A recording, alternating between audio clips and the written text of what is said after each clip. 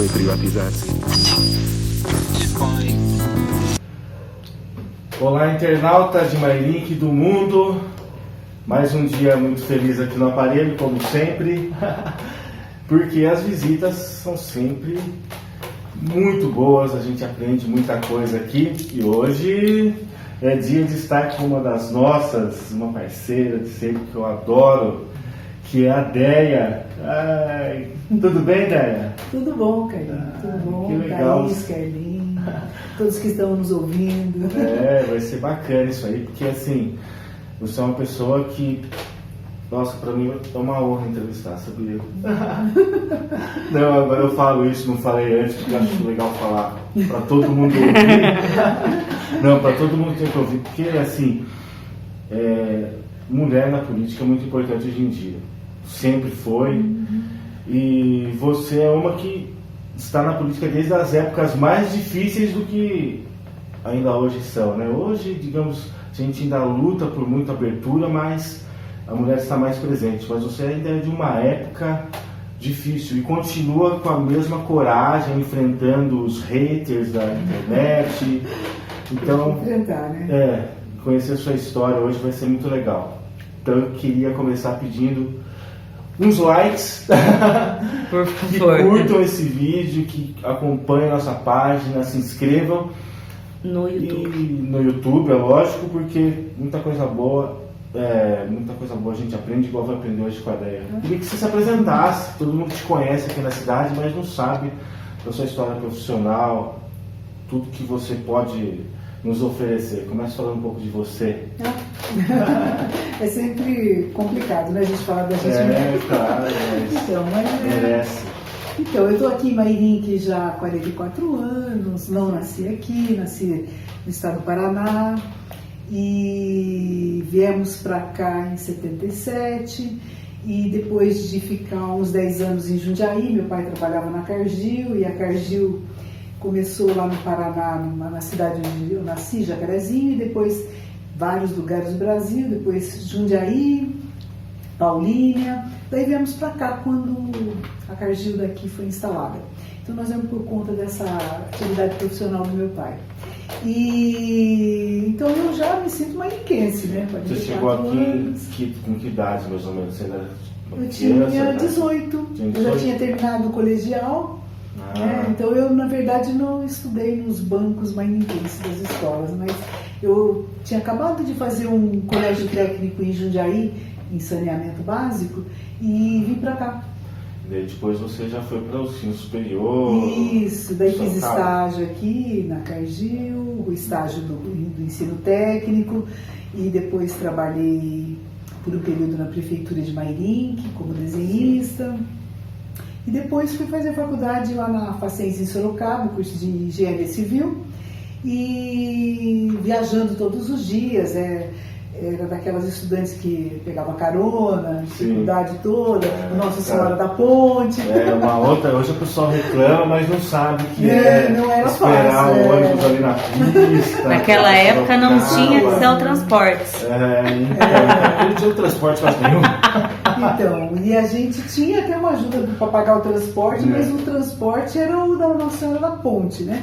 Ou se não, o Cometa. Claro que a gente ia com a ponte, que era mais barato. E depois também, logo que estava na metade do curso de Engenharia Civil, na metade não, no segundo ano, no final do segundo ano, eu comecei a fazer um estágio em São Roque.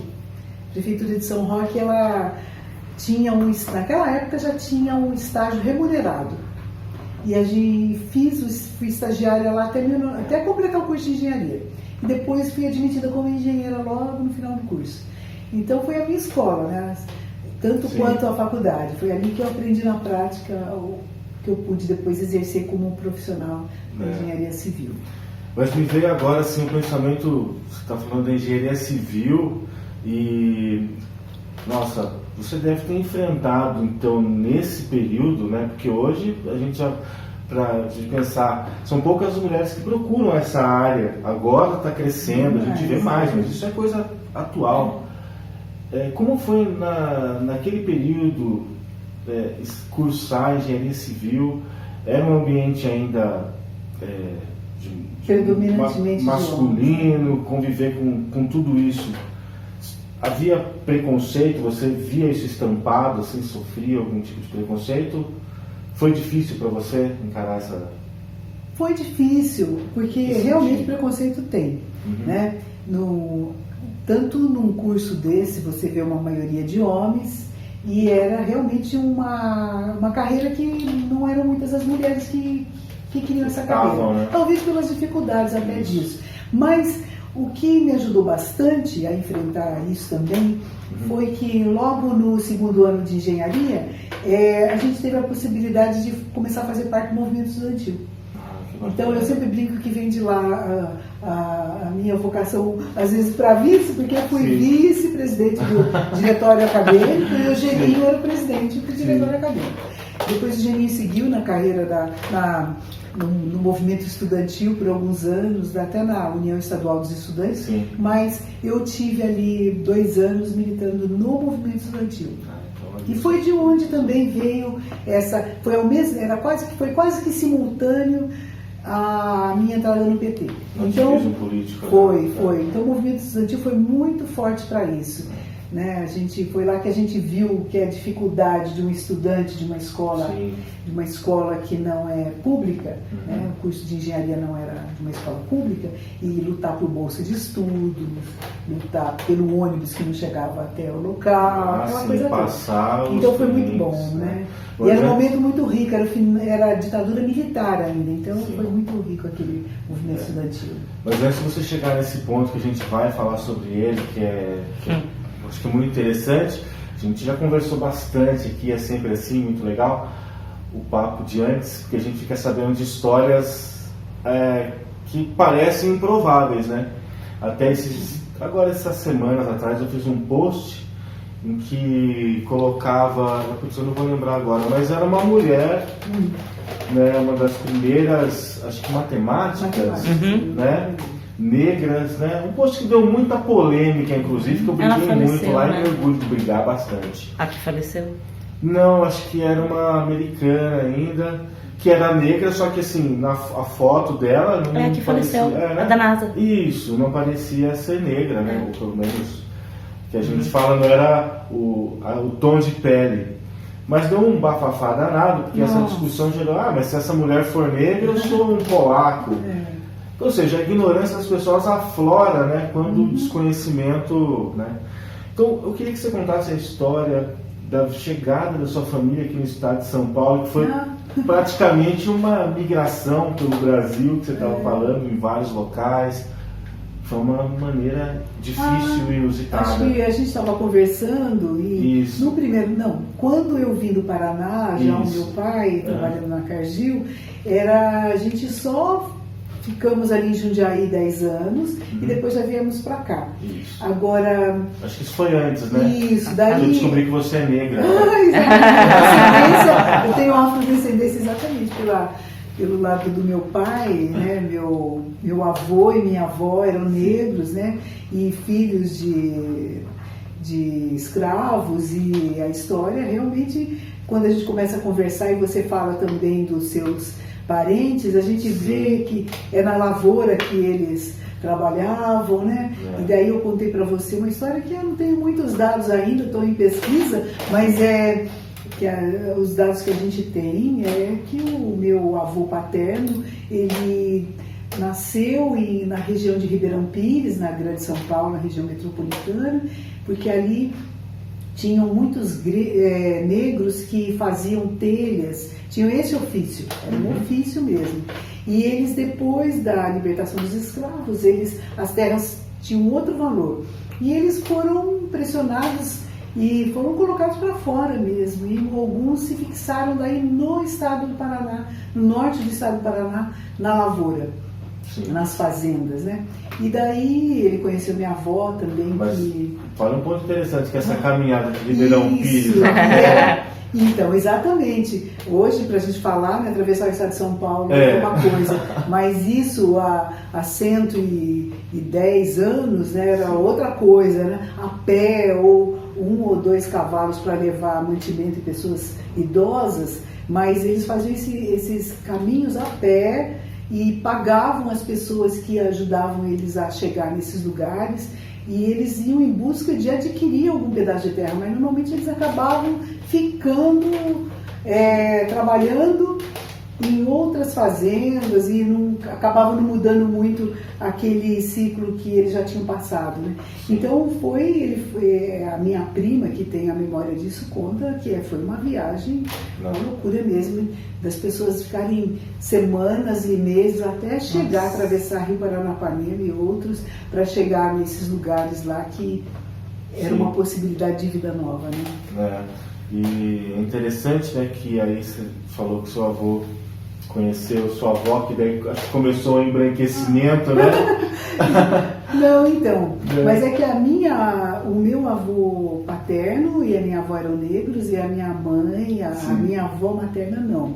Era também de lavoura e ligados talvez à imigração, no começo da imigração ali no norte do Paraná. E a minha avó paterna negra também tinha ido do estado de Santa Catarina para trabalhar em fazenda também no estado de São Paulo, e depois no estado do Paraná, onde ela conheceu meu avô. Né? E ela foi grávida, solteira, mãe solteira, imagina isso há 110 anos, né? E toda essa dificuldade. Então essa história toda eu me orgulho muito, né? Nossa, é a história de muitos e muitos brasileiros, né? A gente sabe que a abolição dos escravos não foi aquilo, não foi dado nenhuma compensação financeira, e foi um processo que demorou 40, 50 anos, em que os abolicionistas queriam que ela fosse diferente, mas ela não foi diferente, né? Porque até eu estava lendo hoje que a gente entrou assim numa sintonia dessa história, porque eu também estou pesquisando sobre minha família. Inclusive vai ter um vídeo que a gente entrevista o meu tio Geraldo, né? Então, a gente estava conversando. Que tem uma horta linda. Que tem uma horta de orgânicos linda lá. Ele é o mais velho da família que conta as histórias, e ele conviveu na fazenda. Então tem uma história até que similar, né? Isso, elas se repetem por muitas famílias. Ele não conhece a mãe, então a gente eu fui até parei na Biblioteca Nacional hoje, vendo o nome do dono da fazenda, que é o Barão de Itamarandi. Mas vocês vão ficar sabendo dessa história em outro vídeo. Mas isso é para provar, na verdade, que no Brasil hoje todo mundo é negro, quase, né? Por isso que a maioria de nós somos considerados negros, né? Por isso que somos a maioria. E por isso que a ascensão de classe ainda foi tão difícil, porque as dificuldades que o senhor avô encontrou. A importância de uma lei de cotas, e agora que a gente vê que tem mais negros no ensino superior, por conta dessa medida que foi mesmo importante para levar os afrodescendentes para dentro das escolas públicas de ensino superior no Brasil, né? As pessoas acham assim, os negros saíram da senzala e acharam logo uma casa com 2 quartos para ficar, tal, né? Não é nada. As favelas têm um motivo de existir, gente, né? Então, agora voltando para a parte política da sua história, que é, nossa, digamos assim, orgulho a todos nós que somos do PT, queria que você continuasse falando do início aqui do PT de Mairink, com o seu ativismo junto com o Geninho. Como foi, principalmente as mulheres que estavam junto contigo, sendo pioneiras, digamos assim, para construir a política mairinquense. Qual foi a sua primeira ligação com a prefeitura? Foi o seu trabalho mesmo? Enquanto desenhista? Passei pela prefeitura de Mairink como desenhista de 1979 até 80, depois fui fazer um curso superior. E entrando nessa questão da política, porque eu estou no PT desde 1981, e o PT sempre foi um espaço importante para a luta das mulheres, né? Sempre foi. E tanto que essa questão de ter um número de candidatas mulheres, uma cota, no PT já é anterior à lei federal que hoje tem. E a gente, Mairink era junto com Alumínio pertencia a Mairink, e o PT, ele tinha muito isso, da história do PT, o início do PT em Mairink está ligado à CBA, né? E eram os companheiros que eram metalúrgicos. Então, nós estudantes na época e os metalúrgicos, essa junção tinha tudo de muito importante para poder, naquele momento, fortalecer o partido, né? E sempre tivemos a presença das mulheres, né? sempre no Partido dos Trabalhadores. Eu já pude ser presidente do PT por uma vez, secretária muitas vezes, vice-presidente do PT, e nas atas das nossas reuniões, que a gente faz muita questão de ter esse registro histórico, a gente vê ali sempre a presença das companheiras. E a primeira vereadora de Mairink também era uma petista, né? A Benedita Tota, foi eleita pelo PT como a primeira vereadora. Então é importante isso, né, da gente estar sempre. E agora nós estamos num momento em que a gente quer que mais e mais mulheres sejam candidatas pelo PT, pelo Brasil todo, e aqui não é diferente. Nós vamos ter, Mairink, agora nós vamos ter bastante candidatas, eu penso. O seu primeiro mandato foi em que ano como vereadora, né? Como vereadora, eu fui vice-prefeita de 96 a 2000, e depois em 2001 a 2004 eu fui vereadora. Ah, tá, então primeiro você foi vice-prefeita. Fui vice-prefeita, uma coligação do PT com o PMDB. Sim. E depois tive 3 mandatos de vereadora. 3 seguidos, né? Não, seguidos não. 2001 a 2004, depois eu fiquei fora, voltei em 2008 e depois saí em 2016. Os desafios de cada um, qual que foi mais desafiador? Acho que talvez o primeiro. O que você traz de positivo desse primeiro mandato, assim?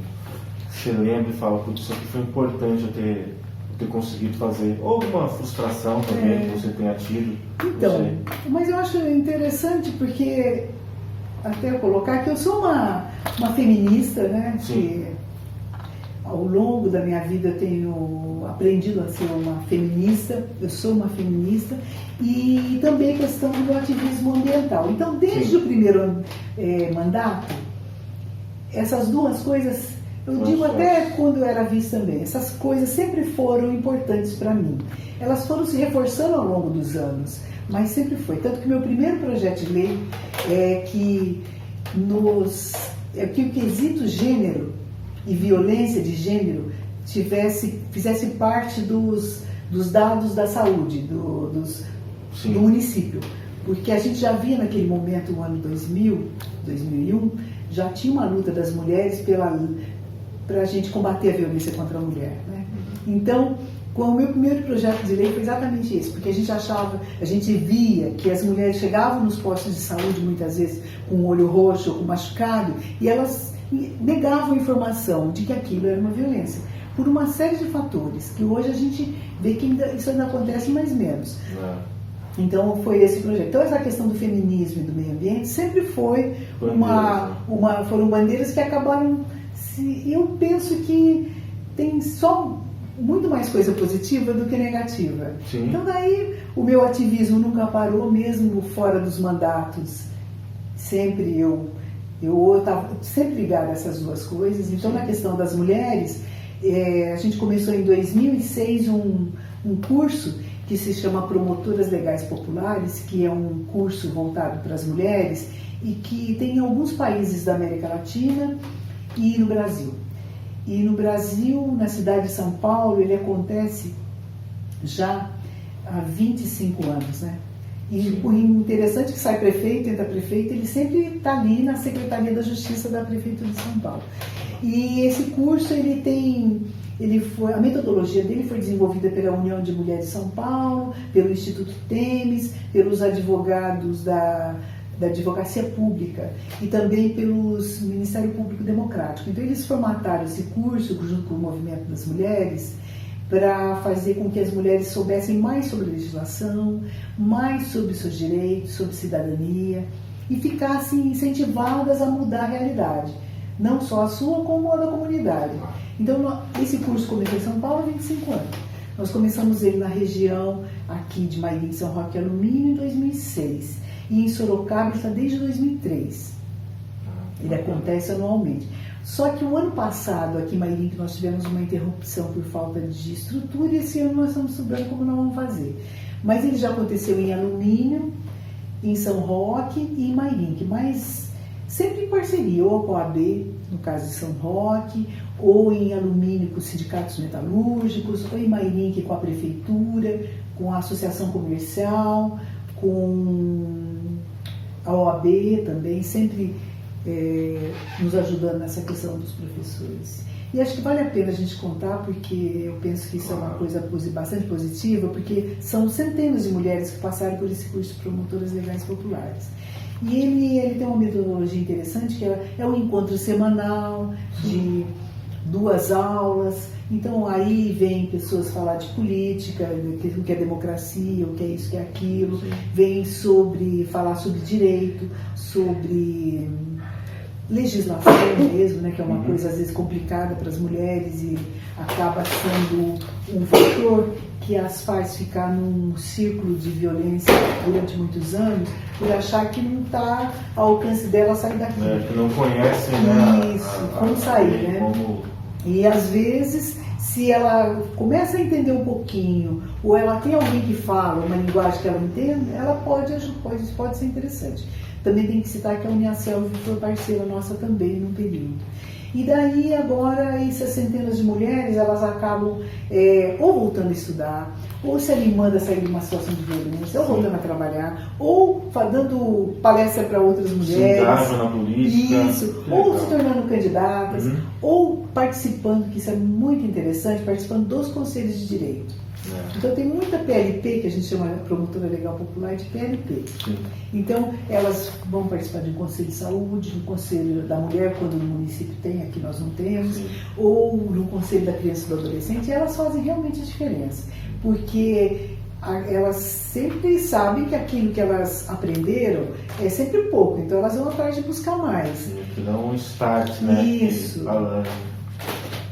Desperta o interesse, né? Então o meu ativismo, tanto na questão das mulheres quanto na questão do meio ambiente, ele ajudou nessa questão política, eles caminharam juntos.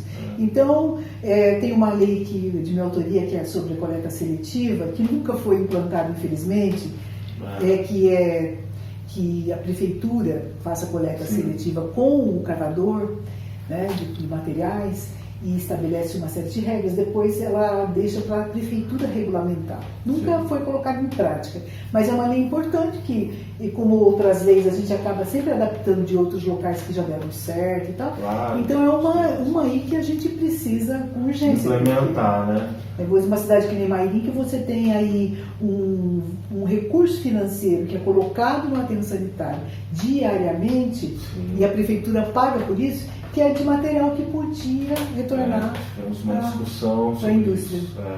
Quem falou um pouco sobre o assunto e veio a coincidir com o que você está dizendo agora foi o Giovanni, que é correto que ele diz, e você vai dizer isso também com certeza, que o povo já está preparado, né, para separar o lixo. O povo já está num estágio já que passou, ele então que boa parte da população já separa, só que daí chega na caçamba de lixo e está tudo junto ali, né? Bom, e aí ele falou de certos interesses também dessa, digamos assim, indústria do lixo, né? Quanto mais pesa, mais se paga, quanto mais... Então, fica... A população sempre acha que pôs o lixo ali na porta, acabou o problema, mas ele só começou, né? Porque além se colocar tudo junto, tem que saber que o recurso financeiro que vai para enterrar aquele lixo, compactar, fazer um tratamento daquilo no aterro sanitário, é um valor que podia ser empregado na saúde, na educação. Mas não, ele acaba indo para lá. E se o catador faz um serviço independentemente da prefeitura, de ter uma coleta seletiva institucionalizada, ele acaba fazendo. Mas é só uma porcentagem pequena que acaba sendo retirada da coleta por eles. Porque não é todo mundo que tem a paciência de separar, e também eles, como eles são a parte da população mais vulnerável, né, que não tem às vezes o recurso para comprar um carro bom para fazer a coleta, nem equipamento de segurança, nem o recurso para ele sobreviver enquanto um dia de chuva que não dá para fazer a coleta. Vai ter um galpão para ele poder isso, para fazer separação, porque o lixo reciclado, para ele ter valor, ele tem que estar bem acondicionado, senão ele perde valor, né? Então, essa faixa da população que precisa do apoio da prefeitura. Sim. Mas eu sempre friso que não é também pegar uma empresa, né, para coletar o reciclado, porque daí vai ser um outro problema, porque ela não vai absorver o catador, que já está nesse processo há muito tempo, E você vai pegar uma faixa da população que já sobrevive disso e vai deixar ela desassistida de novo. Então você perde uma baita de uma oportunidade para fazer aquilo que a gente aprendeu de mais gostoso na entrevista com o Suplicy, que é a renda básica. A renda básica. Né? Que dá para se conciliar com esse trabalho, né?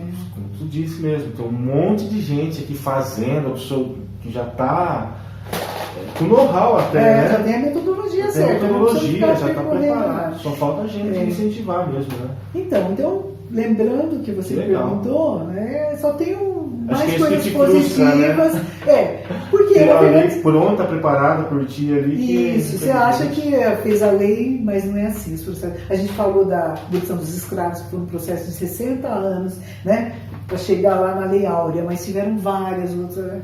Puxa vida, tomara que a gente não espere esses 60 anos ali para ter coleta seletiva, né? Porque assim, né? A lei, ela vem, mas essa é às vezes a frustração de alguns vereadores ou alguém que fica pensando no legislativo, é isso, né? Porque nem sempre a lei se transforma numa ação, né? Às vezes ela fica guardadinha lá esperando, né? Sem contar que isso, a depreciação do trabalho do vereador vem muito das pessoas não entenderem todo esse processo que é para chegar até uma lei.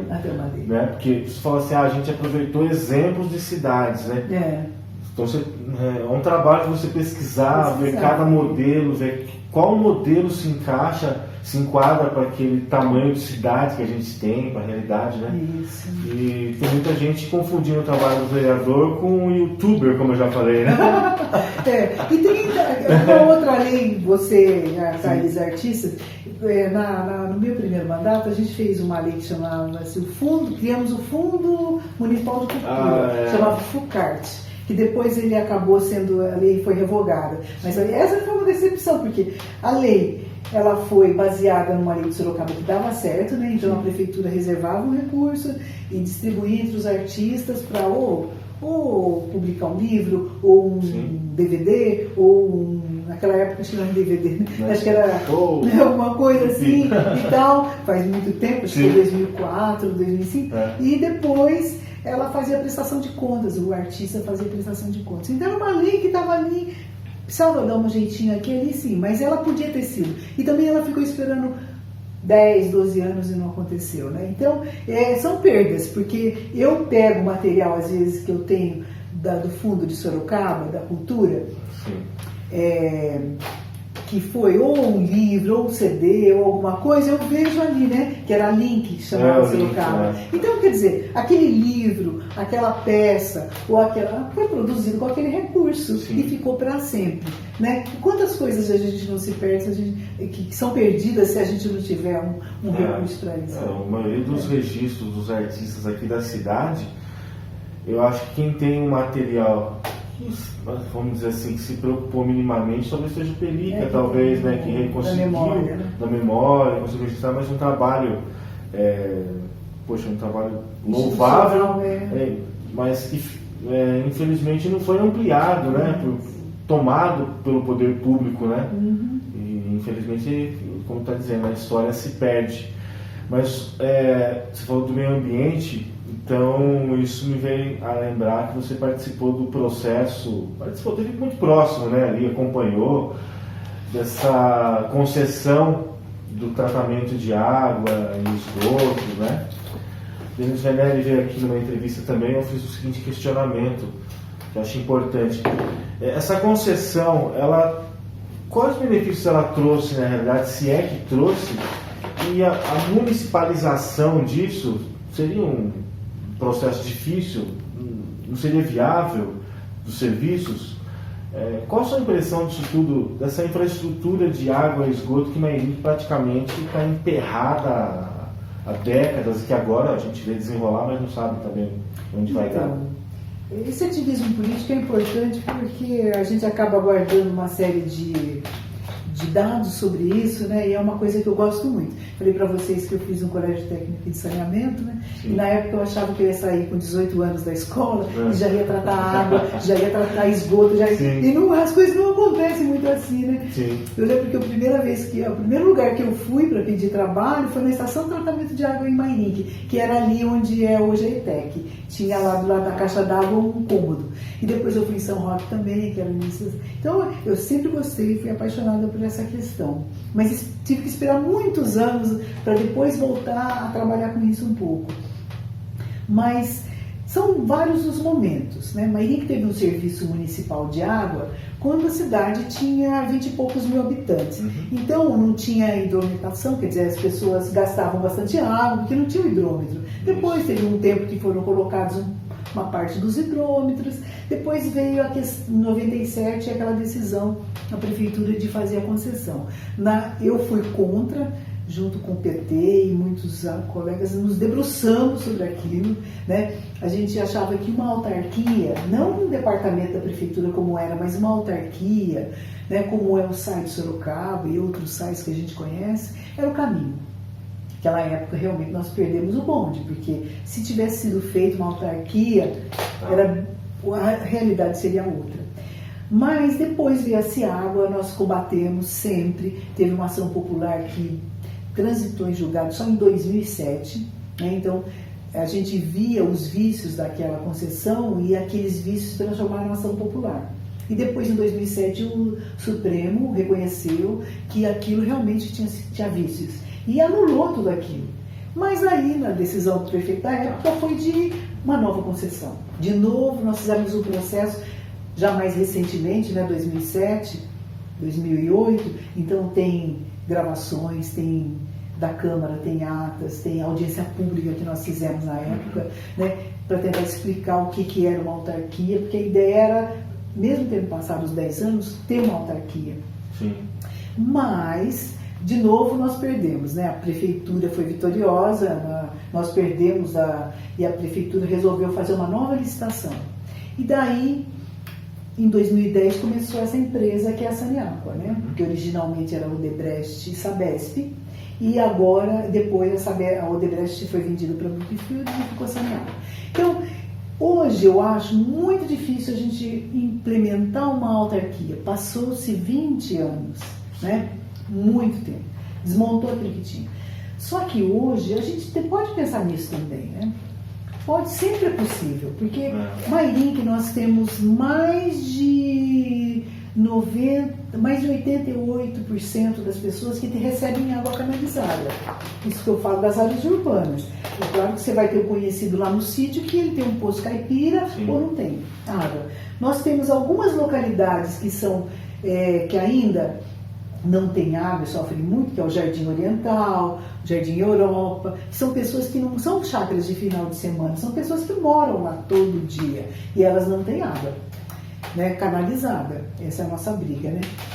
Eu quero lembrar você que semana passada teve uma audiência para revisão da tarifa de água. Eu fiquei muito triste porque só tinha meia dúzia de povo, entre meia dúzia eu estava lá. Sim. E eu fiz até depois pelo site da reguladora de saneamento, todas essas ponderações que eu estou falando para você, eu fiz, né? Que a tarifa não deve subir, que eles devem pegar o recurso lá que tem separado para tentar fazer com que ela não suba, já está difícil pagar a tarifa que está, certas coisas. Então, voltando, eu acho muito difícil você retomar como um serviço municipal, mas nós temos coisas que são importantes, muito importantes. Nós temos que cuidar muito das áreas que dão água para a cidade, que hoje 80% da nossa água vem da Itupararanga, né? Vem da represa Itupararanga, que é uma represa que o pessoal conhece como fiscal, né? Ou só como represa, e ela, na verdade, o nome correto dela é represa fiscal, e ela faz parte da Itupararanga, que é a mesma represa que vai água para Sorocaba, para Votorantim, é uma represa enorme. E a gente tem que cuidar muito, porque as nascentes dessa represa, ao entorno dela, é que ajudam a manter, além da chuva, aquela quantidade de água. E hoje a gente vê muitas pessoas devastando, derrubando árvore, né? E às vezes ela Construções. fala, mas eu estou longe da represa, mas ela não está longe. Às vezes ela está num curso d'água que está alimentando a represa, né? Então, esse é um trabalho que eu faço assim voluntariamente e é desde o ano 2000, que é ser ativista da questão ambiental. Então eu vou nas reuniões que acontecem a cada 2 meses, desse Conselho da Itupararanga, convido todo mundo, porque lá é aberto a participação de todos, né? Essas reuniões, elas acontecem em uma das cidades que estão ao redor da Itupararanga, que é Biúna, Piedade, Mairim, São Roque, Alumínio. Sorocaba não está bem de frente para a represa, mas como ela usa água, ela também faz parte desse conselho. A gente não recebe nada nesse conselho para participar, é um trabalho voluntário, mas a gente vai, se candidata, começa a fazer parte, e daí a gente participa das decisões. Vou dar um exemplo para você. Se daqui a pouco alguém quiser pegar água da Itupararanga para levar para São Paulo, por exemplo, né? Passar um tubo, você vai falar, mas é impossível, não é? Né? Hoje já pega-se água lá do Alto Ibiúna e leva para 7 cidades da Grande São Paulo. Então, e hoje a gente até viu agora há pouco na internet que os chineses compraram esse sistema São Lourenço, que é esse que eu estou falando do Alto Ibiúna. Bom, mas voltando à nossa, é a represa Itupararanga. Ela está ali, as pessoas que moram ao redor dela, as prefeituras, as empresas, elas podem querer fazer alguma coisa lá. Vamos pensar assim, um loteamento de chácara gigante. Explode, né? Então, a pessoa tem que passar pelo conselho e em certo momento ela vai aprovar na prefeitura. Mas em certo momento ela vai passar por esse conselho para esse conselho poder analisar isso. Um exemplo prático de uma coisa que aconteceu. Por 2 vezes a CBA quis retirar areia ali na Itupararanga, bem em Biúna ali, que a gente chama, sabe quando a gente chega em Biúna? Daqui para de Mairim para Biúna, a gente chega ali, passa uma pontinha e tem ali um lugar. Uma prainha ali. Na verdade é um lugar que tem uma riqueza de biodiversidade enorme. Aquela vegetação, aquilo tudo ajuda a filtrar a água, a manter a água, e depois é que forma aquilo que a gente vê como represa mesmo. Mas a CBA tem ali uma área dela grande e ela quer retirar areia. E por 2 vezes nós conseguimos barrar isso no conselho. Por 2 vezes, ela vai voltar um dia. Vai voltar a carga, então, assim, esses empreendimentos impactantes, né, seja um loteamento, um clube ou uma marina gigante, alguma coisa, sempre vai passar. Então esse conselho é importante, porque hoje 80% da água de Mairim que vem de lá. Isso, as pessoas falam, mas é tão longe, mas é de lá que vem. Vem uma adutora que traz para a estação de tratamento de água, depois de tratada, essa água é distribuída aqui para a nossa sede. Só não vai para a Dona Catarina e Moreiras. Lá é um outro sistema, mas aqui é esse. E tem as águas dos poços artesianos, mas são em menor quantidade, né? E depois também tem uma outra represinha pequena, que é o Carvalhal, ali antes da Lagoinha, mas são sistemas que complementam da represa. Sim. Então hoje a nossa luta é para que a gente pegue essa região toda, né, que é a região sul de Mairim, que a gente chama, né, que são os bairros de Pouso Alegre, Oriental, Goianã, são essa região que tem um pouco ainda de agricultura, mas já tem bastante loteamentos e tal, chácaras, e que a gente faça ali com que as pessoas plantem bastante árvore, porque se não tiver árvore, não tem água. Eu aprendi ao longo dessa militância que a árvore, ela ajuda a produzir água, né? Se ela tiver ali toda aquela vegetação. Então foi por conta disso que eu fiz um projeto na minha última passagem pela Câmara, que chama Pagamento de Serviços Ambientais. Também não foi aplicado ainda. Mas já em Extrema, em Minas Gerais, já foi aplicado, em vários lugares do estado, alguns lugares já tem, Botucatu. Então, Como funciona isso? Isso é muito interessante. Essas pessoas que estão nessa região importante para a represa Itupararanga, por exemplo, ou em outras regiões, mas eu vou citar essa porque ela é importante para o nosso abastecimento público, ela tem ali um sítio, uma chácara, e ela quer manter a vegetação dela, ou ela quer pegar um pasto e plantar. O poder público indeniza essa pessoa por esse serviço ambiental que ela vai fazer. Nossa, que bacana. Então, e nós temos Puxa vida. Que incentivo, Extrema né? foi o primeiro lugar do Brasil, mas em outros lugares do mundo já tem isso. Bom, Extrema é uma cidade que, É, olha, explica a gente muita esteve lá coisa. num festival. Ah. A gente foi num festival de É lindo, né? Não, Nossa, isso, gente- que estrutura, né? É, Ai, Ficou que super bacana. orgulhoso de estar no festival. E aí a cidade, assim, parece assim uma A pintura. cultura, é uma coisa diferente de tudo, porque Sim, parece que tem sim, festa é.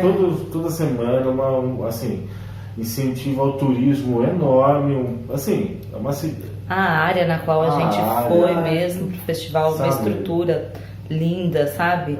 Imensa, que a hora que a gente achava que acabou, tinha mais um monte pra frente.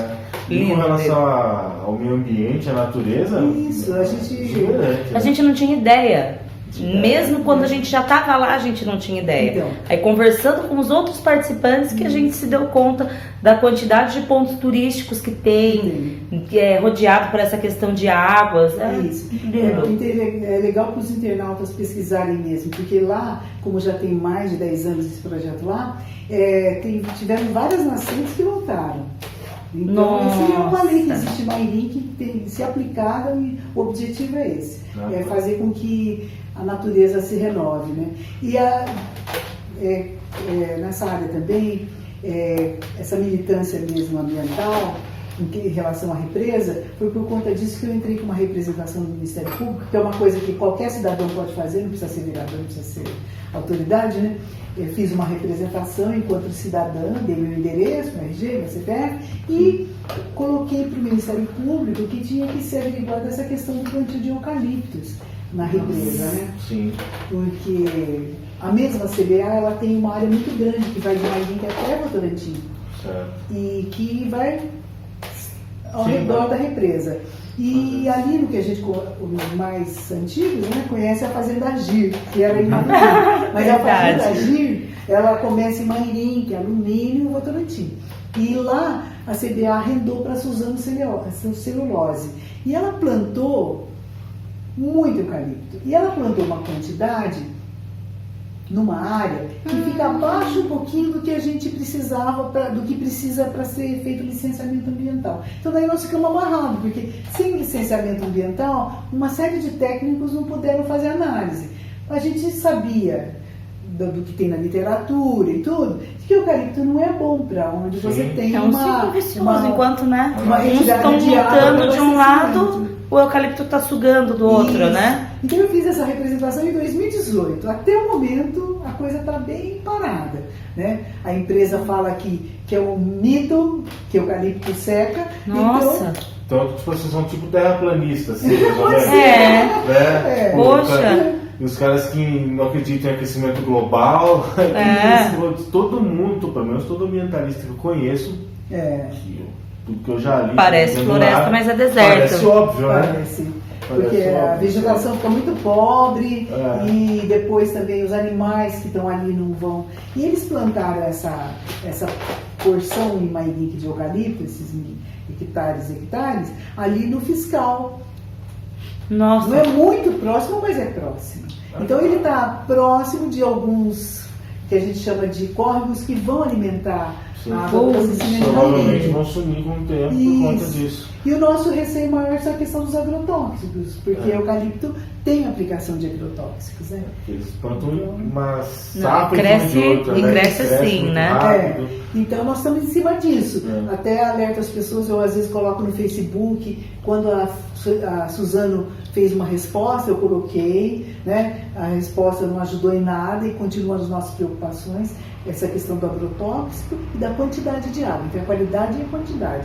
E agora, daqui um mês, a gente vai ter uma reunião talvez em Mairink, para essa empresa Suzano vir aqui para falar o que é.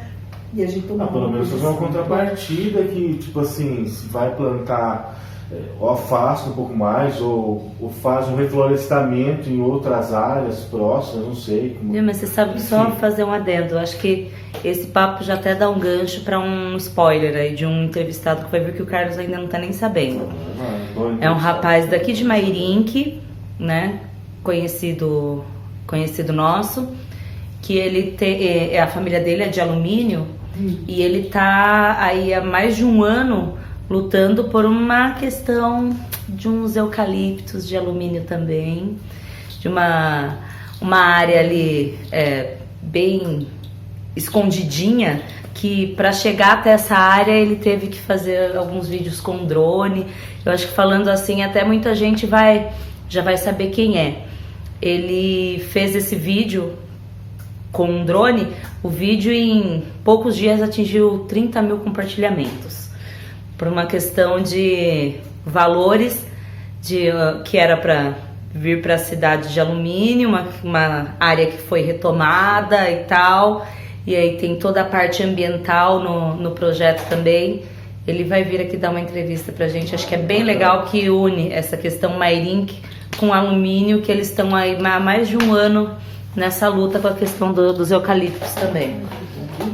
Assim, até me veio agora dentro da cidade, né? A gente vê várias manchas verdes assim, né?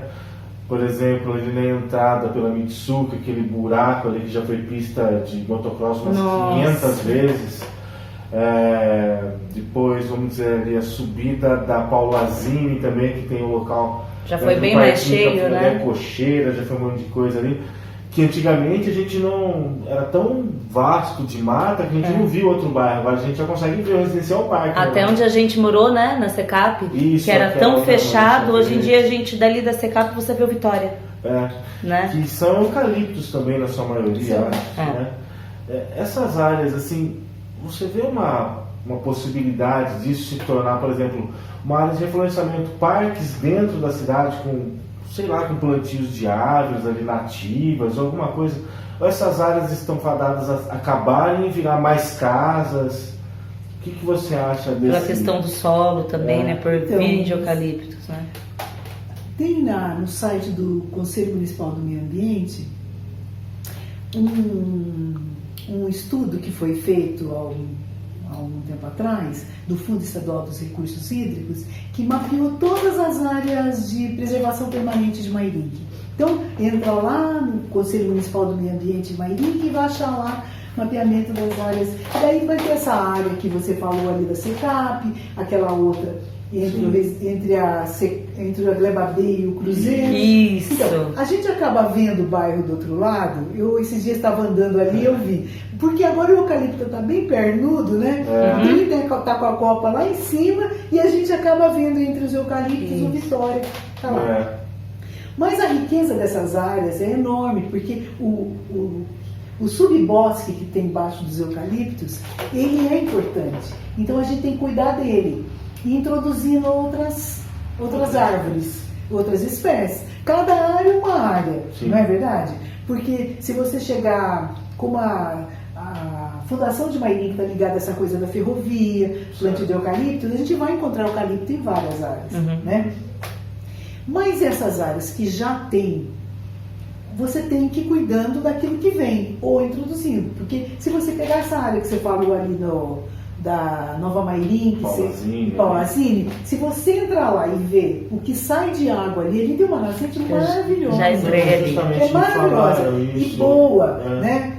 Então, mas daí tem toda essa ocupação desordenada, a questão das cocheiras, a questão disso e daquilo, que tem que ser fruto de trabalhos mais específicos para cada uma das áreas. Bom, tem ali uma nascente, ela tá boa, porque você falando nisso, sempre a gente que está nas reuniões do meio ambiente, ou no comitê de bacias, ou no conselho de gestão da APA, a gente fala assim, hoje a gente não precisa daquela água, porque como eu falei para você, tem lá a da represa que vem para cá, e a gente abre a torneira, sai água. Mas a gente não pode nunca falar que nunca vai precisar. São quantidades de água que estão ali estocadas. Se a gente não cuidar, né, ao redor dela, cuidar para que não carregue muito solo, para não seja assoreada, não tenha algum esgoto clandestino caindo lá, alguma atividade ruim que vai sujar, a gente não vai estar protegendo para o futuro. Então, se você for ali, você vai ver água. Se você for olhar do lado do Vitória, você vai ver água. Com o agravante, que ali perto do Vitória, é tudo contaminado de esgoto. Todo contaminado. Né? É só o trabalho da estação de tratamento de esgoto que vai, ao longo do tempo, fazer com que aquelas nascentes sejam recuperadas. Né? Mas hoje elas servem para uso... Já não serve para uso sem um tratamento. De abastecimento de água. Então, Mairink é cercado dessas pequenas nascentes. Você vai na Granada tem, você vai na Vila Barreto tem, no Monjolinho tem, mas quase sempre com contaminação de esgoto. Por isso que é importante que quem esteja à frente do tratamento de água e esgoto tenha prazos e que cumpra os prazos para fazer mais rede de água, para fazer mais rede de esgoto, tratamento de esgoto. Ao longo do tempo você vai descontaminando todas essas áreas. Né? Sim, é um processo demorado, mas que sim, tem que ter Agora, um início. Né? A Saneago tinha que estar tratando o esgoto desde 2017. 2017 já ficou lá atrás. Né? Então, aliás, esse processo que vem deles é de... Isso, sempre prorrogando, né? Um processo o contrato da Saneago era de 30 anos, o prefeito Denis, em 2012, renovou para mais 10 e deu um prazinho mais para o tratamento de esgoto. Isso ele fez a revelia de tudo, porque apareceu esse aditamento, né? E lá na Câmara a gente tem documentos que eu perguntei na época, nem a reguladora sabia disso, não tinha visto isso. Então, agora, o que acontece? Falaram que é em julho, vamos ficar atentos, mas nós estamos falando do tratamento de esgoto de uma parte de Mairink, porque a gente nunca pode esquecer que Mairink não é só sede, né? Tem Dona Catarina também e outros lugares, né? Bom, mas fica um pouco mais... Tem esse mapeamento dessas áreas. Olha essas áreas, você vai ficar contente. Sim, porque isso aí dá um medo danado de justamente o que você falou. Essas áreas nunca vão poder ser parcelamentos de solo. Nunca, porque elas estão gravadas como área verde. Bom. Evidentemente que pode ter algum lugar aí que tem uma área verde que não esteja no registro de imóveis como área verde, e o proprietário pode querer dar outro uso para ela. Evidentemente que ele vai ter que ver o código florestal e outras leis, mas algumas já estão como área verde. Odé, então quer dizer que essas áreas verdes se enquadram nesse mapeamento que você disse? Sim, elas já estão. Muitas fundo do terreno. Oi? O fundo do terreno. Também. Né? Que a gente tem um terreno ali no Flora que é uma linha verde, é pequena, só que é uma rua toda de cima e embaixo, né? E é uma judiação, porque que nem o nosso a gente ainda respeita minimamente. Mas tem área ali que o pessoal já não tá nem aí. E ali já tá virando. Porque é um quarteirão grande, né? Que tem terrenos desse lado e desse lado. Então aqui no meio, onde já virou uma pré-viela, quase uma viela, ali é uma área verde, na qual cada morador, cada dono do terreno deveria cuidar. Sua frente. Né? É uma judiação, tá virando uma rua. Enfim, mas acho que com o tempo, pelo menos estando mapeadas, que já é alguma coisa. Alguma coisa. Outras ações. Outras ações, agora que eu falo, porque são áreas legais que tem no meio da cidade. Nossa, são parques naturais, né? Faz e outra, não é um trabalho de investimento de milhões, porque é fazer uma trilha, aproveitar o próprio ambiente ali para construir coisas a partir. E tem que ser um conjunto, né? Tem que ser um conjunto. Um conjunto, o horto, essas áreas verdes e outras áreas do município, elas vão formar um conjunto. Porque sem essas áreas verdes, você tem problema de temperatura, você tem problema de uma série de coisas, do microclima, que podem afetar a saúde das pessoas. Né? A gente não precisa da água de lá, mas essa água é importante. Importante, e mesmo para a questão da temperatura, do clima. Essas áreas verdes, elas acabam influenciando até o nosso psicológico, né? Com certeza. Você morar num lugar devastado. Outra coisa é você morar num lugar que tem vegetação abundante, cuidada. Né? Você falou do horto, né? Até estava comentando com o pessoal hoje lá no Senec, a gente falando que hoje, assim, você falou que o pessoal que vai lá atualmente até vê uma beleza por conta que, assim, digamos que está uma área ainda preservada pela natureza, apenas depredada no que se tinha lá de patrimônio público, que é muito triste. É que a gente viu como era, né? Como era e tudo mais. E ele tem o horto, que é o primeiro parque ambiental municipal de Mairink, ele tem uma vocação, né?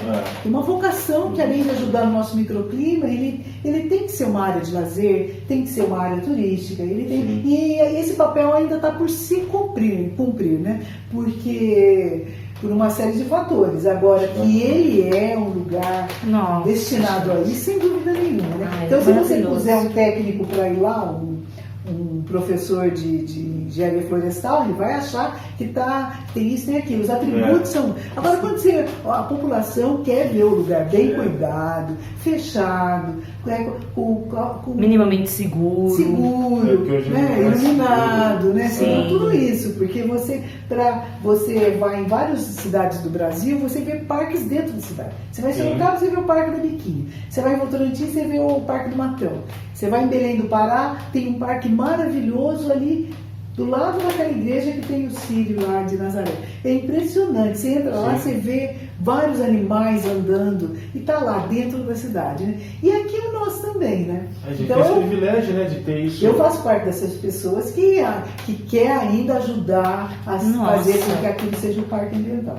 Nós dois estivemos, né? A Thaís não, porque ela acho que ela era mais criança. Mas em 2000 nós fizemos aquela caminhada na cidade. Eu lembro do Horto Vivo. E fomos lá para recolher quase 2.000 assinaturas pelo Horto Vivo para transformar aquele horto num parque municipal. Foi muito bom. As pessoas falam, mas não adiantou nada. Adiantou sim. As oficinas saíram lá de dentro, não mistura-se mais asfalto lá, nem joga tinta na água. Aquilo lá era uma usina de asfalto num lugar totalmente deixou de próprio, ser. Né? Era para acontecer em 4, aconteceu em 8, depois em 10, mas aí é aquilo que a gente estava falando, né? Foram dados alguns passinhos, mas precisa dar mais. A gente sabe que a vocação daquilo é para muito mais. Então lá tem bugio que tem que ser protegido, tem cutia que precisa ser protegido, tem tudo isso. E nós vamos um dia ver, né, Carlinhos? Com certeza. Com certeza. Infelizmente o museu, assim, o acervo que a gente tinha lá, fica difícil até de falar, porque é um desrespeito à memória da cidade. Eu acho que todo mundo que um dia passou por lá ou teve acesso àquilo e não teve esse zelo que nos fez em 2000 estar lá. Já faz 20 anos. Cara, sabe, parece que tá ali, né? Os dormes sujos surgiram lá por quê? Porque um dia a gente estava ensaiando lá, né? Ensaiando assim. Aí eu lembro da Carlinha. A Carlinha. Você sabe o que eu tô falando. E chamou a gente. Acho que é o Mano Rodriguinho, né? Isso. E nos chamou, que a gente estava lá. Gente, vocês não querem tocar no evento aqui, o Horto Vivo, a gente precisa mobilizar isso tudo. Não sei quais são as palavras, mas deve ter sido mais ou menos essas.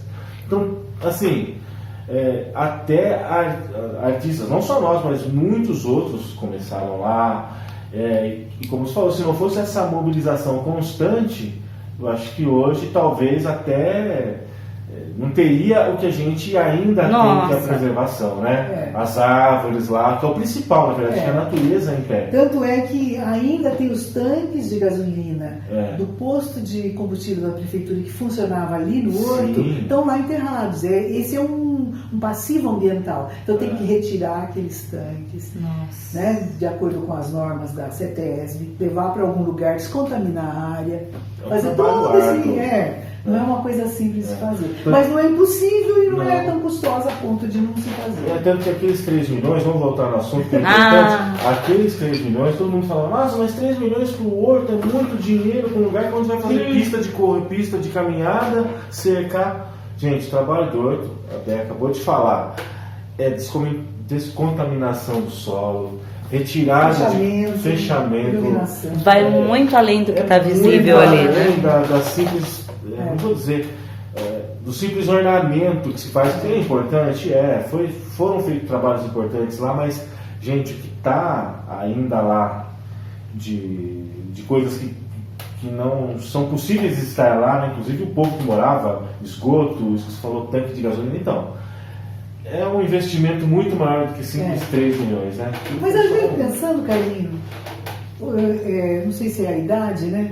Depois que a gente passa dos 50 e poucos, é muito interessante porque a gente fica com mais paciência. Eu já fui bem mais impaciente na minha vida. Quem me conhece sabe, né? Saía gritando, saía brigando. Mas agora eu brigo ainda. Mas a gente tem mais calma. E é engraçado porque nesses anos todos, né, que a gente espera que o outro melhore, vem para a Caetec, que tem bastante cursos que tem essa coisa, né? O estudo ambiental. Tem o Instituto Federal, também tem gestão ambiental. Tem a Unesp de Sorocaba, que tem ambiental. Tem a UFSCar. E mairinquenses fizeram esses cursos todos aí. E eles são uma massa crítica importante. E eles têm um outro olhar para aquilo também. Hoje eu encontro jovens de 18, 20 anos que falam, olha, lá não dá para ter música muito alto, porque lá eu vi tais e tais bichos. Quando que a gente Nossa, jamais! Não dá para soltar rojão, não dá para fazer certo som alto, não dá para fazer baile de madrugada. Olha que visão linda! Então, a gente não quer pensar nisso. Eu não tivesse essa visão. Então, o tempo é uma coisa interessante mesmo. Que lindo! Ele vai fazendo talvez algumas coisas tenham que esperar um certo tempo, né? Nem tudo, mas os jovens, sim, eles têm criado um senso crítico diferente do nosso, né? Verdade, sobre alguns aspectos, muito nessa questão ambiental e mesmo na questão que eu falei do meu ativismo feminista. Eu encontro muitas pessoas, muitos jovens, tanto os meninos quanto as meninas, que têm essa visão de que a violência é ruim para todos, né? Porque tem gente que não entende muito dessa questão de falar, só a mulherada feminista. Nossa! As pessoas, muitos jovens estão entendendo que a violência contra a mulher, ela está no início de outras violências. Se a mulher sofre violência em casa, às vezes a criança sofre, o idoso sofre, o acamado sofre, né? O com necessidade especial sofre, né? Às vezes o foco é a mulher ali, mas a violência... Então, é interessante, tanto o ativismo ambiental quanto o ativismo feminista, eu tenho ficado muito contente conversando com os jovens que tem essa visão crítica sobre isso. E você sabe, que eu sempre tive, na época que eu trabalhei no CRAS, lá no Polo Cultural, o antigo Polo Cultural da Barreto, que agora é a Associação Portas Abertas, eu sempre tive muita vontade, eu sou maluca, apaixonada por criança, e eu sempre tive muita vontade de promover alguma ação social, alguma coisa voltada para as crianças, mas eu nunca fiz por essa questão. Porque eu sempre falava, depois que eu fui mãe principalmente, eu sempre falava que não tem como a gente tratar a criança se antes a gente não tratar a mãe. Porque a gente pode ter ou uma construtora de sonhos ou uma destruidora de sonhos dentro de casa. Então a gente precisa, as mulheres debilitadas do jeito que elas estão hoje, se sentindo sem força do jeito que elas estão acuadas, não tem como a gente tratar antes a criança e depois a mãe, ou não pensar na mãe que está em casa. Porque a mãe muitas vezes vem de uma realidade tão dolorosa, de uma realidade tão desacreditada, tão sem esperança, que não vai conseguir dar força para a criança, para o adolescente que ele precisa para continuar, né? E isso a gente sempre fala com muitas pessoas que vêm aqui, né? Principalmente nos bairros mais distantes que a gente tem do centro, assim, que muitas vezes a mãe tá lá e os filhos estão lá e a realidade deles fica lá. O sonho deles é muito perto da realidade que eles vivem. Por quê? Porque não tem em casa aquele apoio, aquele empurrão. Então eu sempre falei muito disso, do apoio que a gente tem que dar, do respaldo que a gente tem que dar para quem está lá dentro de casa. Porque aquela mãe, aquela matriarca que às vezes está sozinha, que às vezes além de cuidar dos filhos, cuida dos próprios pais, cuida de irmão, cuida de sobrinho, cuidadora, né? É a cuidadora, aquela matriarca, ela precisa ter um respaldo, ela precisa ter um cuidado, alguém que olhe para ela de verdade, né? Bom, Déia, vamos para um assunto interessante. Você falou que adquiriu bastante paciência. Eu percebo isso com você nas redes. Queria ter essa paciência. Vamos para um assunto que é triste, na verdade. Não é muito bacana, não, porque assim, hoje em dia a gente está num momento político muito pesado, de ânimos exaltados e tudo mais. E quem mais está levando pancada, parece que somos todos nós que apostamos justamente no contrário, né? Que é num convívio político mais urbano, né? Conversar, o debate. E quando a gente vai para a rede social, a gente vê que os argumentos são trocados por ofensas, né? Principalmente quando a gente vai falar que somos de esquerda, que somos comunistas, né? Somos assim... na acepção da palavra, que é ser comunista, né, que é ser de fraternidade, igualdade, o pessoal desconhece isso, na verdade não aprendeu. Então eu queria saber, nas redes sociais, como você tem conseguido manter a tranquilidade, tem conseguido manter essa calma, essa serenidade. Que a gente não consegue. Sendo firme nas suas posições também, né? Não tendo medo, porque uma admiração que eu tenho é essa, de você é uma pessoa que nunca teve medo de se posicionar enquanto petista, enquanto admiradora tanto da Dilma, do Lula, de tudo aquilo que a gente sabe que foi a construção do Partido dos Trabalhadores. Você sempre esteve muito convicta disso. Como você está a cada dia tendo mais serenidade? Então, mas eu acho que essa tranquilidade, talvez, ela venha porque, como nós vivemos um Brasil antes do Lula ser presidente e a gente viveu um outro Brasil durante os governos do Lula e da Dilma, talvez venha daí. Porque eu ficava muito indignada quando eu saía aí por Mairinque no ano 98, 99 e via famílias sem benefícios, porque sem a ajuda do Estado, às vezes é impossível você romper com uma situação de vulnerabilidade, né? E daí quase sempre aqueles lares mais vulneráveis, a chefe da família é a mulher, né? Porque é uma realidade muito dura às vezes isso, né? Mas é assim mesmo. Então, talvez venha daí, porque daí eu vi como que é você ter uma cidade, 1.600, 1.800 pessoas, podendo contar com o benefício da Bolsa Família, eu vi. E eu cheguei a ver pessoas que devolveram o Bolsa Família porque elas saíram de um patamar e foram para um patamar melhor. Né? Eu via o que era quando você batia a porta do CRAS ou do Departamento de Bem-Estar Social, que na época era o departamento e tal, e uma assistente social não tem como ajudar uma família que está precisando de remédio ou precisando de um material escolar. E depois eu vi um outro momento em que, com o Bolsa Família, era mais fácil de fazer a gestão daquilo.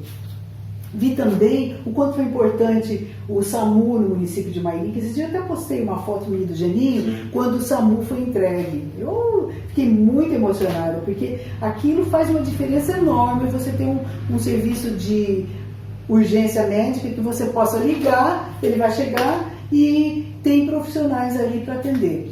Então é muito importante. Hoje a gente vê as ambulâncias já ficando velhas, porque a gente teve um golpe no país e o governo federal que tem, ou até o anterior a esse, não foram sensíveis a ponto de falar, não, vamos renovar. Por que não renovam a frota do SAMU? Então eu vi muitas coisas que eu chamo de legado do presidente Lula, a Dilma do presidente Lula, que foram importantes para os municípios. Então você pega um município que nem Mairinque, de 50 e poucos mil habitantes, com um orçamento que não é aquelas coisas, que precisa das transferências de recursos. Seja nas escolas para dar um plus e a diretora conseguir colocar atividades artísticas e esportivas, como era Mais Educação, seja para poder financiar algumas coisas na promoção social. Tem que ter programas para as pessoas, né? A gente não quer que as pessoas sejam eternamente monitoradas por um Bolsa Família. A gente quer que elas deem um salto. Para dar salto, além do recurso estar ali presente para ela poder fazer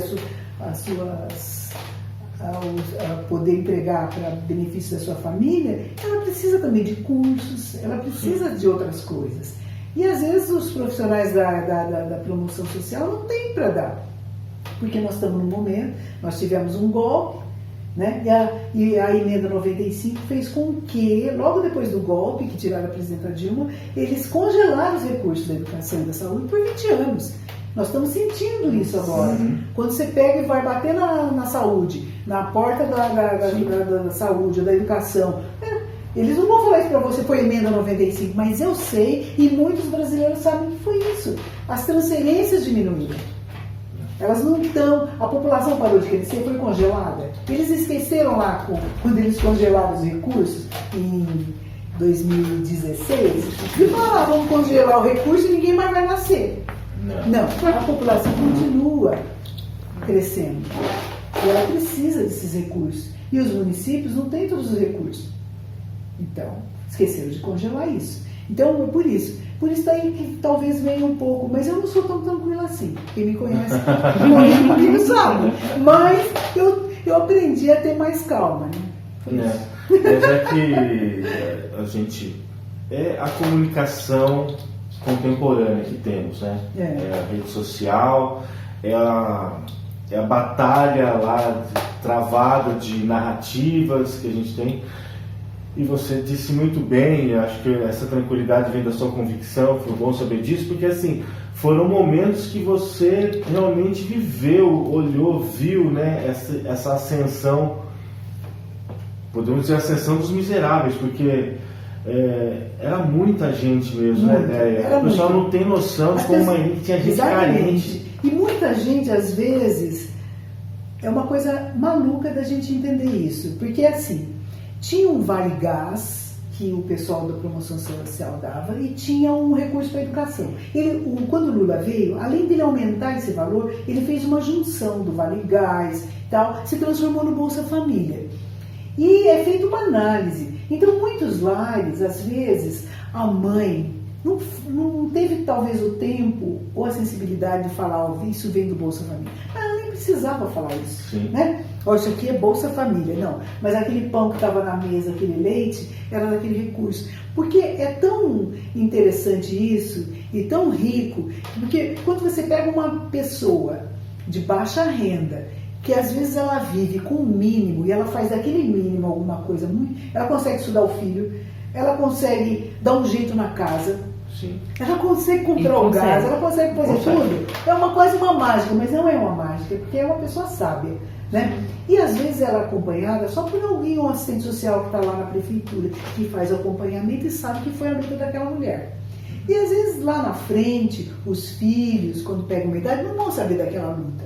Aquela luta que a gente estava falando dos nossos bisavós. Sim, que todo mundo parece... E se a gente não for na história da família e não ver, a gente não vai dar o real valor, né? Com certeza. Do que é ser uma empregada doméstica, bem lembrado, né? Uma das leis que a presidenta Dilma sancionou, Carlinhos, foi a lei da empregada doméstica. São mais de 5 milhões de pessoas nesse país que vivem desse trabalho. Uhum. E elas não tinham direitos trabalhistas. Foi uma luta de décadas e décadas e décadas. Então, foi sancionada uma lei. E daí elas passaram a ter esse valor, né? Esses direitos mínimos, né? Pelo trabalho tão importante que elas fazem, que é de cuidar dos idosos, às vezes cuidar da criança, fazer comida. E não tinha um horário de trabalho, nem tinha folga, nem tinha nada, né? E tinha um quartinho lá, né? Quando era da elite. E agora a gente viu lá, foi o Guedes, né? O ministro, frase, né? Que está ajudando a desmontar esse país, desmontar, né? Esse país, porque eu fico muito triste quando eu passo em Maine e vejo uma loja fechando, e uma loja de doces fechando, doces fechando, fechando, tem empregos a menos. E ele falou das empregadas irem para a Disney. Não é lindo ver quando uma pessoa, uma mulher, com seu trabalho, dá de presente pro neto, às vezes, né, uma viagem, ou ela mesma vá, que ela quiser, que é o sonho dela, e ela trabalhou para aquilo, ela conquistou aquilo. E você vê um governo tão avesso a certas conquistas, falar disso, quer dizer, ele não deu a importância devida, né? Ele não sabe o que é uma conquista de uma mulher, né? Uma empregada doméstica poder fazer uma viagem de avião, fazer o que ela quiser, né? Então, eu lembro que nessa época da Dilma, a reclamação, e você vai lembrar muito bem, eu estava lá em São Paulo e caía nessa. Eu falei pra você, eu era um cara que não tinha essa noção, eu não despolitizado. Então nessa época, lembra dos apagões aéreos que falavam que os aeroportos estavam muito cheios, pessoas maravilhosas, o tráfego de aviões estava perigoso. Eu lembro que teve um acidente terrível até no aeroporto, acho que não sei se Congonhas, lá no centro, eu sou muito ruim de aeroportos. Congonhas. Horrível. E que acho que malharam tanto o governo na época dizendo, olha, isso é, alguns jornalistas, isso é culpa do grande tráfego de pessoas de aviões, está chegando muito avião e as pistas não... Ou seja... Era o Brasil que estava assim. Exatamente. Era o Brasil, era a classe média emergindo, vindo para cima.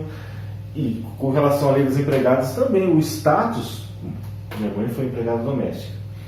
depois da lei das empregadas, eu não sei se você deve ter percebido isso também, o status de ser uma doméstica se tornou um outro, né? Eles começaram a viajar, domésticas comprando casa, né? Isso. Ela podia falar que não dava para, que ela tinha que voltar para casa, que o horário dela era aquele, Exato. né? Eu O lembro respeito é outro, né? existia um curso desses de direito, que o professor, que era um cara de direito, algum desses almofadinhas aqui, né, de direito, e falando dessa PEC das empregadas, que foi Isso, assim, foi. PEC das empregadas, né? Uma mudança E assim, muito criticando muito a PEC das empregadas, que ele falava assim, Que- agora eu vou ter que mandar meu empregado embora porque ela tá cheia desses novos direitos e eu não vou ter que controlar o horário dela como? No caderninho, ela podia ficar em casa o dia inteiro, dormir aqui em casa, a gente dava cesta básica para ela, a gente dava da roupa, família. né? Então, o Era como rico, da família. eu acho que o rico pensa assim, enquanto ele se tiver amarrado com ele, É como da família, ele esquece que ela tem família, né? não, se você estiver amarrado com ele, É. podendo dar gratidão sempre, né, porque te deu alguma coisa. Então acho que a ideia do Guedes era essa, né, manter a empregada doméstica naquele status. Ele não entendeu o que foi a conquista até agora, né? Não viveu tudo isso. Talvez isso seja um indicador mais um indicador É. de quando eles estão atrasados nesse salto que a população brasileira quis dar mesmo, né? Ah, Indo para as universidades, os jovens, né? Com a PEC das domésticas, com tanta coisa, né? É. Poder fazer plataforma marítima aqui, né? Nossa, cruzeiros, né? Bom, estamos caminhando para o final, mas agora para o final vou deixar o assunto mais polêmico, que é a política local. Depois a gente pode dar um gancho para a política nacional também, que eu sempre falo que o Mairink é um retrato 3x4. É. Retrato 3x4 geralmente que a gente tira meio feio, né? A gente nunca gosta, né? A gente olha a nossa cara, puta, Não ficou bom. não ficou bom, né? Não ficou bom. Eu vejo o Mairink assim, do Brasil, porque você lembra enquanto a eleição suplementar chegou essa coisa toda que teve aqui, né? De batalha judicial, né? Que a gente depois teve em cenário nacional, com o Lula, com tudo mais. O que você espera da próxima eleição, que tá chegando às nossas portas aí, dos quadros que se colocam, quais expectativas que você tem com relação ao PT? Você tem a pretensão política ainda? Você acha que eu acho que você é importante no cenário político da cidade. Desculpe, eu acho que você não deveria estar fora disso. Então, essa é a minha opinião, mas queria que você falasse um pouco da política local, como você vê a cidade hoje, qual é a sua expectativa dela depois da Então, eu eleição? penso que já está aí acontecendo, né? Eu quero que bastante mulheres sejam candidatas a vereadora, né? É bom que o município vai ser muito interessante isso, e eu penso que a gente vai se surpreender, né? Tivemos aí uma legislatura em que não teve uma mulher na Nossa. Câmara, né? Uhum. Isso fazia muitos anos que não acontecia em Mairink, e faz uma diferença enorme, né? O olhar da mulher, a presença da mulher, os projetos da mulher, né? Faz a diferença no legislativo. Então eu penso que é importante. Eu tenho um grupo de pessoas que pedem que eu volte aí a ser candidata, não deixo de fazer política nenhum dia, nem uma noite, nem um dia. É por isso que eu faço, você inspira a política. Então, pode ser, me coloco aí como pré-candidata, e o nosso partido está trabalhando no sentido da gente ter fazer parte desse jogo e ser vitorioso. O PT está em Mairink há 39 anos, né? Não é pouca coisa, né? A gente está muito presente. A gente tem aí, não sei se a gente pode chamar assim, mas a gente tem um legado de participação em conselhos, na política local, aí, que eu acho que não é pouca coisa. Vai ser importante nesse momento também. Então a gente tem que estar sempre participando, né?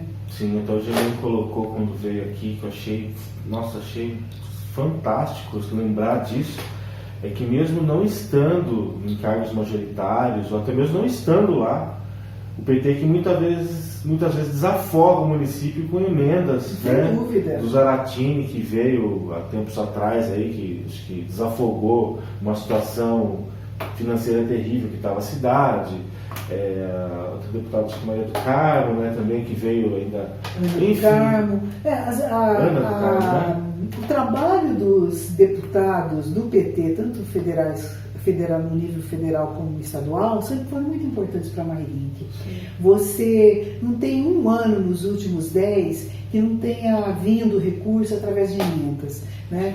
Então isso é muito importante, seja para pavimentação, como foram essas do Zarati, no passado do Hamilton, da Yara Bernardi, ou seja para infraestrutura de social, como foi o caso da emenda da Yara, que deu para fazer um CRAS lá na Vila Barreto, e reforma de vários postos de saúde, como o posto de saúde da Lagoinha, onde foi possível, com a reforma, implantar o médico de família, seja como o da Ana do Carmo, para cursinho, esse cursinho gratuito da ETEC, seja do Pracidelli, que veio recurso para a saúde, que somou mais de R$1 milhão na saúde mesmo, nesses últimos tempos, para equipamentos e para custeio da saúde, que ajudou bastante nesse momento de crise por conta desse congelamento que eu falei da saúde, que não vem transferências, tanto que precisaria vir. Então, se eu for falar aí, eu posso esquecer de alguns, mas eu vou lembrar de alguns assim, importantes até para as entidades. Claro. Teve emenda do Enio Tato, que é atualmente deputado estadual, e da Ana Perugini, que é deputada federal, que vieram para a PAI. Então, quando eu vejo a Kombi da PAI andando, que agora está velhinha já, eu falo, olha, tem que ter realmente representação do PT para estar pedindo recursos para as entidades também. Que a Kombi já tem quase 10 anos, está na hora de trocar. E da Ana Perugini tem recursos para comprar vários equipamentos de uma sala sensorial para atender os que são atendidos da PAI. Então, os deputados do PT sempre foram muito importantes para garantir recursos para a Mairink. São milhões de reais, se a gente for somar e tudo, que nos dá muito orgulho de ter apoiado pessoas que depois de eleitas, e alguns até não foram eleitos, eu mencionei o Pracidelli, que não foi reeleito deputado federal, mas que mandou esse recurso substancioso para a saúde de Mairink, ou mesmo a Yara, quando foi candidata, mas a gente fica feliz quando a gente passa e vê um posto de saúde reformado e lembra, a placa já está pagada, mas a gente sabe que o recurso garantiu aquilo. Como a placa lá do Centro de Juventude, da Praça da Juventude, que está quase terminando no Vitória, eu fico feliz e emocionada quando eu vejo ela toda iluminada à noite, a placa está apagada. Mas são recursos do programa de aceleração do crescimento da Dilma, que na internet foi tão xingado, mas está lá. Tá ali, agora quero ver a gente xingar a Praça Nova. O caminhão também de Mairink na prefeitura, as máquinas, estão todos verdade, ali. né? Estão ficando velhinhos já, as esses anos depois do golpe, os presidentes não lembraram mais de Mairink, de mandar recursos. Porquê, né? Então, assim, eu fico feliz com você falando tudo isso, fiquei feliz com o que você me falou. Porque assim, a pessoa pensa assim, mas agora estamos num governo que é do PP, agora é antes o PFL, né, em outras épocas lá atrás, que assim, nunca teve um governo de esquerda, propriamente de esquerda aqui, mas a esquerda sempre fez questão de ajudar a cidade. Então, até para terminar, eu perguntei para o Geninho, e eu acho interessante, para todos que vêm aqui, que se dizem, que se falam, que se posicionam como sendo de esquerda. Explica para principalmente para a moçadinha, para a molecada, e para quem não conhece, não sabe muito bem o que é ser de esquerda, o que é para você ser de esquerda, né? Ensina para o pessoal aí o verdadeiro sentimento de se falar assim, não, eu sou uma pessoa de esquerda porque eu acredito em... Eu acredito, primeiro, que a gente tem que estar do lado dos mais pobres, né? E no Brasil, o campo da esquerda, onde eu me coloco, o meu partido se coloca, o PT, é um partido que olha para os mais pobres. Todas as políticas públicas voltadas para isso, para a gente conseguir romper com a desigualdade, né? O país não vai dar o salto que precisa dar enquanto houver desigualdade. E a esquerda preza, não só aqui, em vários lugares do mundo, exatamente por romper com as desigualdades, por distribuição de renda. né? Por salvaguardar as riquezas nacionais, seja uma Petrobras, uma Embraer, como foi vendida, né, infelizmente, né? A riqueza, a água que eu falei aqui, né, que é o nosso ouro azul, que precisa ser salvaguardada, não precisamos deixar as pessoas entrarem, os grandes conglomerados internacionais aí entrarem e querer fazer o que quiser fazer da água, não. Então é assim, o campo da esquerda, a nossa proposta é essa, de olhar para os mais pobres, né? Isso aí é uma ideologia que a gente cultiva dia a dia e é isso, não queremos isso, queremos a democracia. A democracia para nós é uma diretriz fundamental. Mente e não sabe quem fala que a esquerda não preza a democracia. Nós já demos muitos, nós já provamos que a gente quer as eleições diretas, né, em todas as áreas. Então a democracia para a gente é um bem que a gente não abre mão dele. Ser esquerda também é isso. Né? Que a gente coloca, a esquerda é colocar a decisão das coisas na mão do povo, né? O povo decide, a gente respeita até quando a gente não concorda. Verdade. Né? Agora, eu gostaria, nesse gancho que você me deu, eu estou aposentada faz 1 ano. Esse mês fiz minha prova de vida. Oh, né? Parabéns. Eu ficava assim, mas será que eu vou me aposentar como engenheiro? Eu consegui me aposentar, né? Isso é muito bom. Lutei para não fazer o desmonte da Previdência. Vou estar amanhã lutando da minha forma, como eu puder, para que os servidores públicos estaduais, professores da saúde, consigam segurar isso que o Bolsonaro e o Dória quer fazer, de desmontar a Previdência Estadual. Então, eu sou uma engenheira aposentada, mas estou trabalhando todo dia. Até em trabalho voluntário, me chamem. Eu quero ainda ver em Mairinque ser construído muitas casas populares, porque a gente se esquece muito, Carlinhos. E principalmente algumas pessoas que estão num patamar de vida bom hoje, eles se esquecem. Que se não fosse a Prefeitura de Mairinque fazer o programa social de vender de forma subsidiada, barata, né, para ficar bem claro, o Jardim Cruzeiro Gleba A e Gleba B. Né? Como que aquelas pessoas teriam as casas? Se foi um programa social.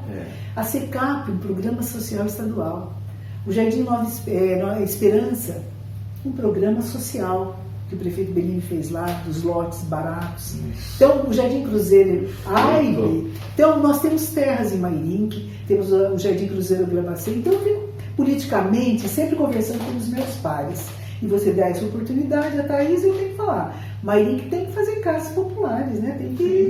Tem que dar mão para as pessoas, né? É ruim ver as pessoas não morando bem ou não sabendo como que vai fazer para pagar uma aluguel. Então, Prefeitura tem terras, né? Então, são programas sociais. Como é o Bolsa Família, como é o Renda. Nossa, daí agora foi perfeito para você colocar todo mundo, acho que dá um choque de realidade, e para todo mundo ter consciência de classe, né? Porque todo mundo, às vezes, que mora nesses bairros, burguês, você mora na terra pública, você mora num bairro, asfalto gratuito, foi um programa social maravilhoso, possível. Não é? E hoje os netos, os filhos estão podendo desfrutar daquilo, né? Por que a gente não pode fazer outros? Né? Para se tornarem vários nobres daqui a 20 anos também, né? Então, gente, não arrotem mais caviar. Sendo que todo mundo já comeu mortadela um dia. Isso é bom, né? É verdade, né? Os bairros nobres eram basicamente Minha Casa Minha Vida. É isso.